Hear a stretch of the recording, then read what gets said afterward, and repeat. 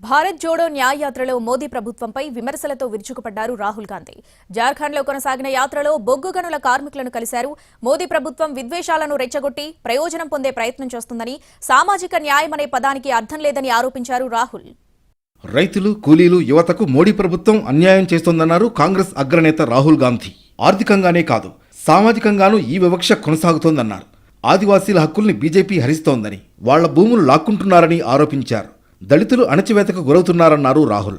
రాహుల్ గాంధీ చేపట్టిన భారత్ జోడో న్యాయయాత్ర జార్ఖండ్లో కొనసాగింది. బీజేపీ, ఆర్ఎస్ఎస్ భావజాలం వల్ల దేశానికి నష్టం జరుగుతోందన్నారు. విద్వేషాలు రెచ్చగొడుతున్నారని ఆరోపించారు.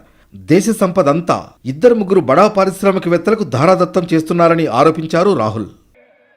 इसका कारण भाइयों और बहनों अन्याय है। बीजेपी की सरकार, आरएसएस की विचारधारा देश में सिर्फ हिंसा और नफरत नहीं फैला रही है, वो देश में अन्याय फैला रहे हैं। 2-3 बड़े उद्योगपतियों को दिया जा रहा है. గతంలో తాను ఓబీసీనని ప్రధాని నరేంద్ర మోడీ చెప్పుకున్నారని గుర్తు చేశారు రాహుల్ గాంధీ.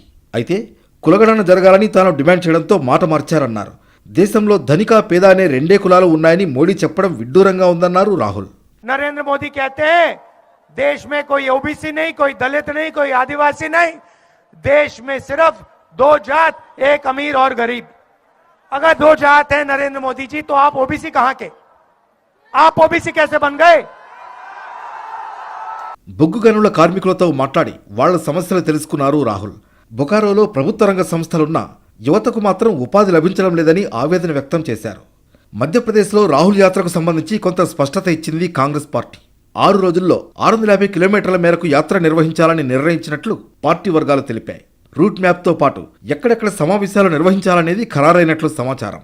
అయితే యాత్ర ఎప్పుడు ప్రారంభమవుతుందనే విషయంతో పాటు రూట్ మ్యాప్, రోడ్ షోల వివరాలు త్వరలోనే వెల్లడిస్తామన్నారు కాంగ్రెస్ నేతలు.